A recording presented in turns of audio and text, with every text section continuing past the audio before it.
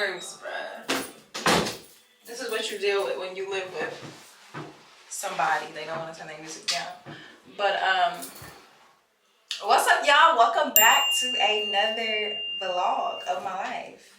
Today is actually Sunday, and yeah, I decided to pick up the camera and update y'all and talk to y'all because I've had an eventful, let's say, week. Y'all know my last week of field was like 2 weeks ago. So as soon as I was done with field the same night, I went out, I had fun.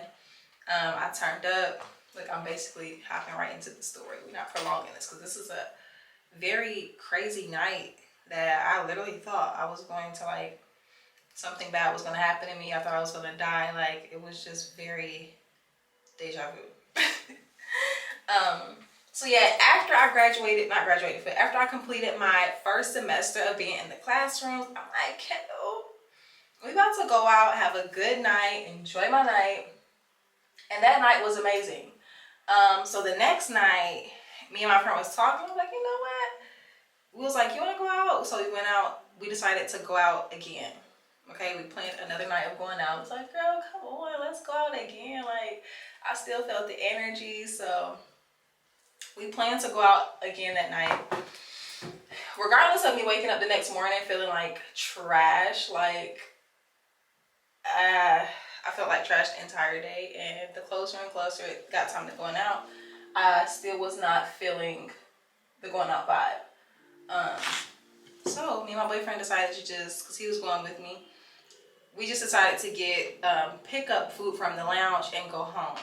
Okay, so we placed the order and everything online, and now it's time to pick up the food from the front. And I just wasn't dressed for the weather. It was super cold. So I said, you just go in and pick it up, and I'm going to spin the block a few times until it's time to, until you're out. Because, you know, Atlanta, you have to pay for parking. We paid for parking in this one spot, but I didn't want to sit in that parking lot by myself. Like, the parking lots look sometimes very scary to me, but, you know, it's just a regular parking lot. But you know, as a woman, I don't always feel safe alone in Atlanta streets. So in not any streets, but mainly in the city, you know, it's a lot going on.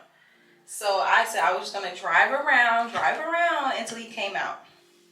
So he gets out, he goes to get the food, and I'm just like turning block after block. And it was so many officers out it was so many officers out that night. Like, everywhere I turned, there was an officer, so it just made me even more paranoid. So yeah, I'm just driving around and I'm seeing so many police officers, so I'm already getting anxiety. And then I was just stopping at stoplights, and you guys know Atlanta has a lot of course, a lot of homeless people, but also a lot of crackheads. And that was the area that I was in on Edgewood Avenue. Okay, Edgewood Avenue. I don't know why I was thinking I was safe by myself there, but stopping at lights, it would just be, if I look in any direction but straight, if I looked to the left and looked at the people next to me, I would see something that was just like, okay, I need to get off this block. Like, so I was like, okay, Kendall, we're gonna keep spinning the block. So I see a police officer right in front of this street. This is the police officer. This, my brush, is the street. So I'm like, okay, here's a police officer. I'm gonna turn down this street. This looks a little safe, okay? The police officers at the end of the street. So I noticed it had double-sided parking. Like, on both sides of the street, it was back-to-back parking on this end and back-to-back parking on the other side. So I had to drive in the middle of the double-parked cars, so there was no way of exiting. Like, I had to go completely down that street. And that didn't click in my head. You know, I just was gonna do your makeup and talk. That didn't click in my head. I was just like, okay, this looks like a street that'll get me back to the lounge so I can pick him up. And once I was in that little alley, I realized I couldn't back out because it was backed up. I drove all the way to the last car, and then I got backed up behind this big black truck. And I'm just like, I looked around, like, can I back up? And then another car was coming. I'm like, now I literally can't back up. And then it set in. Like, I started getting very nervous. My hands already sweat. Just like very jittery. Like, oh my gosh, like I can't get out of here. Like, I literally was sitting there in my car in that parking spot for like 5 minutes. And I'm like, what is the hold up? Like, I was gonna beat my horn because my mom always told me, don't be beeping your horn, especially not in Atlanta, because some people was crazy. So I didn't beat my horn. I literally just sat behind the car, but I was just so scared. Like, I didn't look to the left, to the right.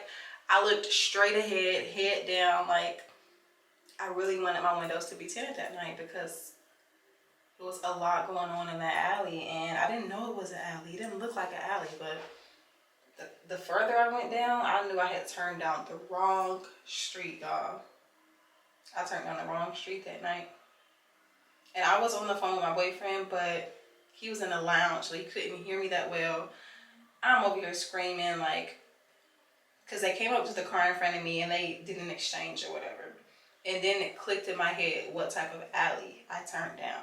And I just got even more freaked out because I'm like, I didn't know this. Like, I didn't know this alley was for this. I turned on this lane. They may think I want this next. So next they're about to come to my car, right?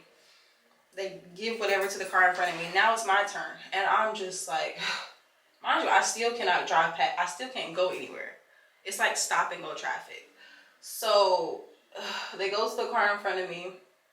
And it's a group of guys to the left, like a huge group of guys, and they're just like rolling down. Like, I could see them out the side of my eye. I didn't turn. I told you I was looking straight ahead. I was just like this. I was so scared. I know they saw me screaming on the phone too. Like, oh my gosh, I need help. I don't know where I am. And I just didn't know really.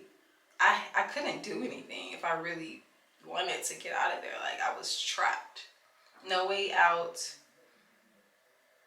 Windows see-through is cracked, like surrounded by people, and it's just me, like with no protection. So I just got so anxious, very nervous, and at that point I just wanted to get out of Atlanta. Like, I just literally wanted to get out of Atlanta. But so I was the next car up, right?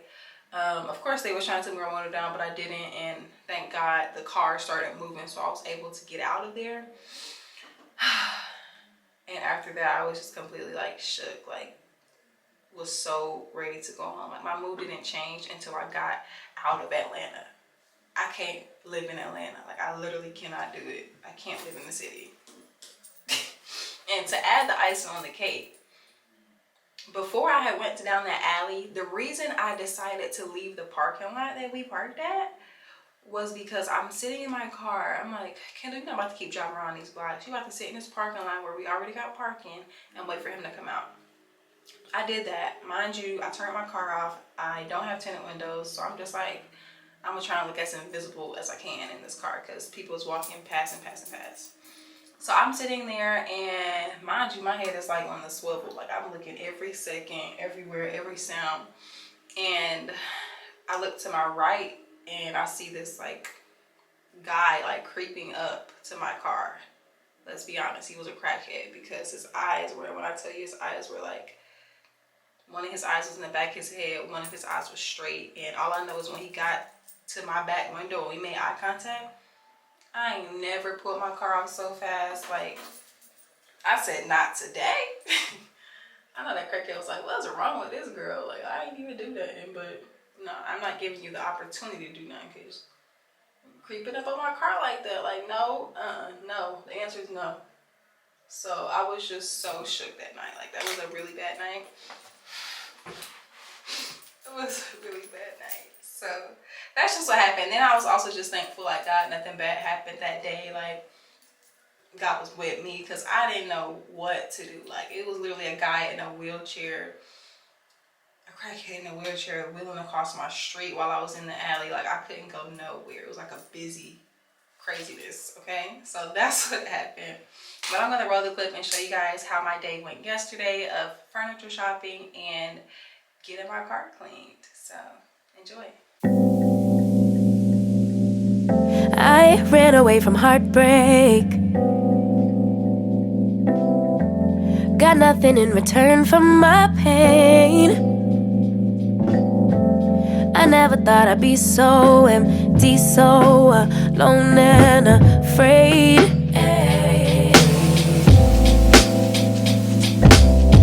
Wasn't looking for a lover. Nobody understood where I've been.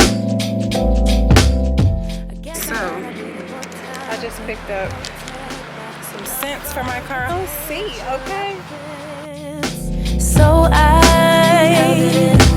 then you came around and you but I shut it down. So you took it and I'm not surprised by what I found, 'cause I know I needed something different and it had to be you. Out the blue, somebody who would listen, and it had to be you. Out of all the people to reply my love, couldn't be just anyone. My baby. So, I got this little salad. I don't know why my camera is looking so dark, but okay, here we go. So I got this salad as my side. It's looking real good or whatever. And I'm waiting on my burger. Let's taste it. So I got Parmesan truffle fries. I thought that was gonna give me a whole strip of burger. They gave me bacon bits. I'll tell you this is healthy. We got a chicken sandwich. Bon appetit. Yum. So y'all, this is my mom's new car. It's super cute. Gotta get us.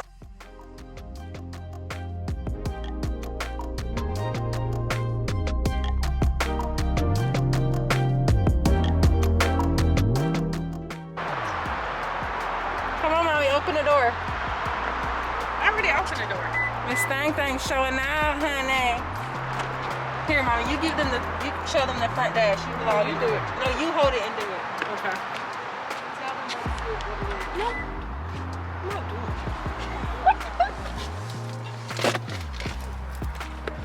it. Okay, hold the camera steady now. Just hold that camera. So tell them, show them, just quickly show them what you got. So this is my dashboard, and this is my 12.3-inch screen. Yeah, I'm trying to get used to my car, my adjustable seats and stuff, so yeah. And then I have my panoramic sunroof. Okay, you better tell them. Yes. Wait, open it up, Ramami. Open it up. Open up the sunroof. Oops. She's closing it. Sorry, I'm trying to learn my car, guys. Okay, there we go. There we go. Okay, you better tell them. I ain't got no roof. Roof is on fire. And then just show them where you adjust your seats at. And then where I adjust my seats. This is where I set my seats. I don't know how to do it. I'm still trying to figure that out. My son has his programmed in here, and I still don't know how to do it for myself, as if it's his car. So yeah, and here's like my speedometer and stuff. Like, I'm still trying to learn this car. Like, I really love this car. So yeah. And then I have like my pad to operate my